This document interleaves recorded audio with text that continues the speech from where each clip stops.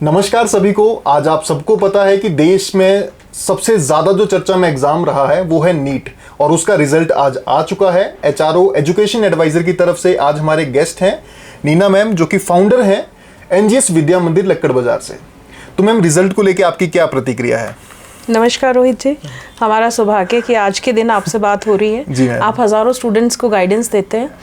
आज का दिन किसी दिवाली से कम नहीं है। इनफैक्ट मैं तो ये कहूँगी कि आज ही हमारी दिवाली है। जी मैम, है ना? हम लोगों का 150 बच्चों का रहता है जिनको हम कोचिंग देते हैं नीट के लिए। हमारा स्पेसिफिक है ये। जी। इससे ज़्यादा स्टूडेंट्स हम लोग नहीं लेते हैं। जी मैम। हमारा 30-30 का या 40-40 की रेशो का 3 बैच रहते जी हैं। मैम। उसी में से हम स्टूडेंट्स का सिलेक्शन देते हैं। तो आप ये मान के चलिए कि उन स्टूडेंट्स में से 20 से 22 बच्चे हैं जो अपनी सीट सुनिश्चित कर रहे हैं। बहुत बढ़िया। 600 से ऊपर, 600 से लेके 628 के बीच में 4 से 5 स्टूडेंट्स हैं, और 500 से लेके 628 तक के बीच में 20 से 22 बच्चे हैं जो अपनी जीत आज सुनिश्चित कर लेंगे।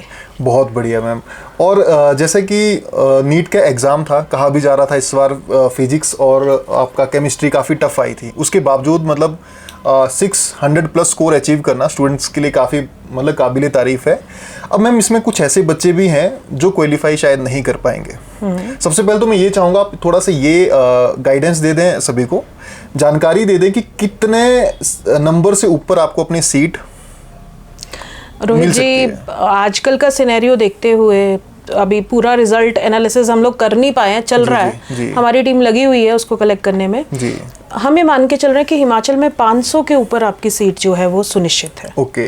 जनरल वालों के लिए 500 से ऊपर की सीट जो है वो एश्योर है। जी मैम, जी बहुत बढ़िया मैम। और जिनके मार्क्स कम आए हैं तो उनको क्या ड्रॉप लेना चाहिए या नहीं लेना चाहिए इस बार? अगर आपके जीवन का लक्ष्य डॉक्टर बनना है, जी मैम, 500, 450, 400 नंबर तक आप पहुंच चुके हैं, तो आपको अपने आप को एक मौका ज़रूर देना चाहिए। ये इसलिए आप हमें ये ना कहें कि ये कोचिंग वाले हैं। मेरा ये मानना है कि एक ही जीवन मिला। जी मैम। और आप अपनी लाइफ में एक ही बार प्रोफेशनल होंगे। सही बात है। और अगर आपका लक्ष्य, देखिए डॉक्टर्स को सेकंड गॉड कहा जाता है। Definitely ma'am. है ना? अगर आप मनुष्य को जीवन दान करने वाले हैं तो कुछ समय तो आपको देना चाहिए। सही बात है मैम। एक्चुअली मेरे पास जो एक क्वेरी आया था, वो कंफ्यूज थे पेरेंट्स। बच्चे ने फर्स्ट अटेम्प्ट दिया था +2 के बाद, उनके जो मार्क्स आ रहे हैं वो 300 के करीब आ रहे हैं। अब वो कंफ्यूज हैं कि उनको कॉलेज में एडमिशन दिलाएं या फिर नीट में करवाएं या दोनों को साथ साथ करवाएं। आपकी इस पे क्या रहेगी? देखिए सर, मैं तो ये कहूँगी कि लक्ष्य एक, जी, तैयारी एक, जी मैम, जीत भी सुनिश्चित है। ओके। हम इस पूरी तैयारी को नाम देते हैं तैयारी जीत की। जी मैम। तो देखिए, अब हारने या जीतना एक अलग बात है। सही बात पर तैयारी करना और एक लक्ष्य के साथ उतरना, जी मैम, जी, कहते हैं 2 कश्ती में सवार तो कहीं भी नहीं पहुंचता। सही बात है मैम। तो आपको एक अपना एक लक्ष्य मान के, सर अब आप ये देखिए कि जुलाई चल रहा है, मई में एग्जाम हो जाना है, 9 महीने में आपका पूरा जीवन परिवर्तित हो सकता है। तो क्यों ना एक मौका अपने आप को दे। और जिन बच्चों के मार्क्स मैम 300 प्लस आए हैं, 200 प्लस आए हैं, क्या उनको स्कॉलरशिप मिल सकती है कोई? देखिए, वैसे हमारा स्कॉलरशिप टेस्ट हो चुका है इस बार के लिए, लेकिन अभी क्योंकि इस बार जैसा बच्चों के साथ हुआ है, एक बार नीट के बाद फिर से रीनीट, तो कुछ बच्चों का पहले पेपर अच्छा हुआ था, अब की बार वो पेपर अच्छा अटेम्प्ट नहीं कर पाए हैं, है ना? तो हमने स्कॉलरशिप्स ओपन रखी हैं। जी मैम, जी। और जिनके 500 प्लस स्कोर है या जो बच्चे 500 से ज़्यादा स्कोर अचीव करना चाहते हैं नेक्स्ट ईयर के लिए, उनके लिए आपकी क्या स्ट्रेटेजी रहेगी? सर देखिए, हमारा पूरा रोड मैप बना हुआ है। जी मैम। ये कोई एक दिन में 2 मिनट में कहने वाली बात नहीं है। जी। ये पूरे 365 दिन की प्रैक्टिस है। जी मैम। हर दिन आपको क्या करना है, कैसे करना है, इस सब की पूरी तैयारी हमने कर रखी है। जी मैम। आप अपनी ज़ील जिंदा रखिए। जी। है ना? ज़ील जिंदा रखिए, मेहनत जारी रखिए। जी। परमात्मा देते हैं। और जैसे बच्चे काफ़ी कंफ्यूज्ड होते हैं, हमारे पास क्वेरीज आती हैं कि वो ऑनलाइन कोचिंग ले रहे हैं नीट की या जेई की, तो आप क्या सजेस्ट करते हैं? ऑनलाइन लेना चाहिए, घर से तैयारी करनी चाहिए, या ऑफलाइन कोचिंग लेनी चाहिए? देखिए, तैयारी करना एक अलग चीज़ है और परिवार की परिस्थितियाँ एक अलग चीज़ है। जी मैम। बच्चे को अपने परिवार की परिस्थिति पहले देखनी चाहिए। जी मैम। कि उसके पेरेंट्स उसको कितना सपोर्ट कर सकते हैं। जी मैम, जी। है ना? और उस हिसाब से, पर मैं आपको बता दूं रोहित जी, क्लासरूम टीचिंग का कोई सब्स्टिट्यूट नहीं है। जी मैम, जी। आप जितना मर्जी ऑनलाइन कर लीजिए, लेकिन जब आप क्लासरूम में उतरते हैं, टीचर के साथ एक आपका आई कांटेक्ट होता है, तो उसकी सफलता की गारंटी हम दे सकते हैं। जी। और एक और थोड़ा सा मेरा कॉन्सेप्ट था मैम, देखो अगर बच्चे को नेक्स्ट ईयर के लिए नीट क्वालिफाई करना है, ठीक है, तो उनके लिए आप क्या स्ट्रेटेजीज बनाना चाहोगे या उनको क्या निर्देश देना चाहोगे कि आपको टेस्ट सीरीज करनी चाहिए, मॉक टेस्ट करने चाहिए, घर से लेनी चाहिए कोचिंग? किसी सबसे पहले तो अपना मोबाइल अपने पेरेंट्स को दे देना चाहिए। जी मैम, जी जी। सोशल मीडिया से दूर हो जाना चाहिए जी, है ना। आपने वो बहरे मेंढक की कहानी तो सुनी होगी ना, जिसको दुनिया की चिलपौन सुनाई नहीं देती, वो अपने लक्ष्य तक पहुंच जाता है। बहुत दोस्तों से आपको थोड़ा सा डिस्टेंस तो बनाना पड़ेगा और किताबों को ही आपको अपना दोस्त बनाना पड़ेगा। देखिए, आप 50% का रास्ता तय कर चुके हैं। सही बात है, और 50% चलना बाकी है। तो मैं ये कहूंगी कि जिसने भी 1 साल अपना दिया है और वो एक टारगेटेड मार्क्स तक पहुंचा है, तो उसको अपने लक्ष्य के लिए जरूर प्रयत्न करना चाहिए। एक और इसमें चीज़ रहती है मैम, जैसे कोई नीट का एग्ज़ाम देने वाला है। अब देखो, पूरी तरह से फ़ोन से वो कट नहीं सकते क्योंकि काफ़ी टेस्ट सीरीज़ होते हैं, मॉक टेस्ट होते हैं, कंटेंट होता है उनका, वो ऑनलाइन आता है। तो उसका क्या सब्स्टिट्यूट रहेगा?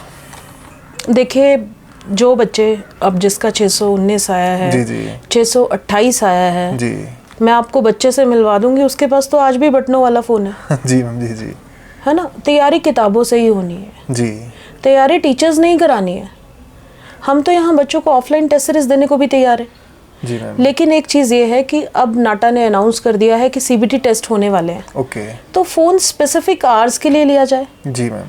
और टीचर्स की देखरेख में उसको इस्तेमाल किया जाए। जी। देखिए, बच्चे हमेशा बच्चे ही हैं। डेफिनेटली मैम, है ना। उनको फोकस को बनाए रखने के लिए और टेक्नोलॉजी से दूर भी नहीं होना चाहिए। हिमाचल के काफ़ी पेरेंट्स हैं मैम, वो कंफ्यूज रहते हैं नीट एग्ज़ाम को लेके। कंफ्यूज ये रहते हैं कि शायद उनके बच्चे का नंबर पड़ेगा नहीं पड़ेगा। तो मैं थोड़ा सा ये जानना चाहूँगा आपसे कि अदर स्टेट के कंपैरिजन में हिमाचल में इजी है या टफ है? हाँ रोहित जी, ये आपका क्वेश्चन बहुत सटीक है जी। आप मान के चलिए कि हमारे पास 970 MBBS की सीट्स है। बहुत बढ़िया मैम। हमारे हिमाचल से 19 से लेके 20,000 तक बच्चा पेपर देता है। जी मैम, जी जी। और इन सीट्स के अलावा भी हमारे पास वेटनरी के लिए, हॉर्टिकल्चर्स के लिए, नर्सिंग के लिए, MNS के लिए बहुत सारी सीट्स अवेलेबल है। अदर स्टेट्स के कंपैरेटिवली हमारा कट ऑफ भी थोड़ा सा कम जाता है। ठीक है, तो हमारे यहाँ बच्चों के पास ज्यादा अपॉर्चुनिटीज हैं। जी मैम। तो हमारे हिमाचल के बच्चे क्या नहीं कर सकते अगर चाहें तो? जी। उन्हें चाहिए कि वो डट के तैयारी करें, ये देखना छोड़ दें कि इसका क्या हुआ और उसका क्या हुआ। अपने लक्ष्य के लिए स्वयं प्रयत्न करें। और रीड्रॉपर का बैच आपका कब से स्टार्ट हो रहा है? सर देखिए, आज रिजल्ट अनाउंस हुआ है तो 1 अगस्त से हम लोग एक स्पेसिफिक GSP बैच स्टार्ट करने जा रहे हैं। जिसमें वो सभी बच्चे आमंत्रित हैं जो 400 से ऊपर वाले हैं। डायरेक्ट 50% स्कॉलरशिप उन बच्चों के लिए है और उसके अलावा भी उनके लिए बहुत सारी तैयारी है। बहुत बढ़िया मैम। हमारा लक्ष्य रहेगा कि हम सिर्फ हिमाचल स्टेट का टॉपर ना दे बल्कि एक ऑल इंडिया रैंक दे। जी मैम, जी जी। मैम, सबसे पहले तो शुभकामनाएं आपको। आपके काफ़ी बच्चे सिलेक्ट हुए हैं। ऑलमोस्ट मुझे लगता है कि आप 15 to 20% का स्कोर अचीव कर पाए हैं आउट ऑफ 100। जी जी जी। तो ये वाकई में, जैसे कई पेरेंट्स मुझसे बात करते हैं, वो बड़े नाम की बात करते हैं। देखो, मेरे हिसाब से नाम इसमें कुछ नहीं होता। जी। अब 1000 बच्चे जहाँ पढ़ेंगे, अगर उसमें से 20-50 रिजल्ट दे भी दे, तो बाकी 950 का क्या? जी मैम। और हमारे यहाँ तो अब गिन के बच्चे गिन सकते हैं कि जितना हम संभाल सकते हैं। जी मैम। क्योंकि हर घर में एक एक ही बच्चा है, वही उसकी पूरी दुनिया है। डेफिनेटली मैम, है ना। इतने बच्चे स्कूल की क्लास में भी नहीं होते जितने कोचिंग की क्लास में भरे होते हैं। क्यों भाई? पेरेंट्स किस लिए पे कर रहे हैं आपको? सही बात है। तो क्या आप झुंड में, बकरियों के झुंड में पढ़ने आए हैं? तो आपको ये भी देखना चाहिए कि 1-to-1 इंटरेक्शन हो सके, बच्चों तक टीचर पहुंच भी सके। जी मैम। तो हो सकता है उन 1000 में से 200 बच्चों का रिजल्ट आ जाए। कई बार जैसे +2 का बच्चा ज्वाइन करता है जिसने फर्स्ट टाइम नीट दिया है, वो हॉस्टल्स वगैरह ज्वाइन करता है, तो मैम एक इंस्टीट्यूट में बच्चे को स्टार्टिंग में कौन कौन सी परेशानी आती है?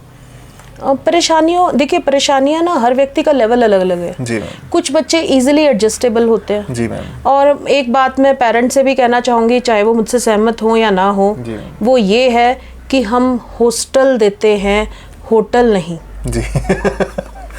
होटल और हॉस्टल में डिफरेंस होता है। होटल में जो है वो नियमों से परे होते हैं, लेकिन हॉस्टल नियमित होता है। जी मैम। और पूरे हिमाचल में सबसे कम पेमेंट चार्जेस जो हैं हम हॉस्टल के चार्ज करते हैं। बहुत बढ़िया मैम। है ना। और उसमें कोशिश करते हैं कि एक साफ सुथरा सा खाना दे सके, एक अच्छा सा रहना दे सके, और उससे भी बढ़ के उनको एक पढ़ने की जगह दे सके। बहुत बढ़िया मैम। है ना। संघर्ष यहीं से शुरू होता है और ये तो जीवन भर चलता है। वैसे मैम, आज आप भी काफ़ी बिजी हैं क्योंकि रिजल्ट निकला है, काफ़ी काम करना है, काफ़ी बच्चों को शुभकामनाएं देनी है। नेक्स्ट पॉडकास्ट में हम डिस्कस करेंगे कि शायद तब तक क्लैरिटी भी हो जाएगी कि कब किस स्कोर पे क्या सीट मिलने वाली है, ताकि पेरेंट्स को काउंसलिंग के लिए थोड़ा इजी हो जाए। अभी के लिए बहुत बहुत धन्यवाद मैम आपका। सभी हिमाचल के नीट एस्पिरेंट्स को ऑल द बेस्ट। लगे रहिए, घबराइए मत, आज नहीं तो कल हो जाएगा, लेकिन अपना रास्ता मत छोड़िए, अपनी ज़ील को कम मत कीजिए, अपनी ज़ेस्ट को कम मत कीजिए और बढ़ते रहिए, पढ़ते रहिए, आगे बढ़ते रहिए। जय हिंद, जय भारत।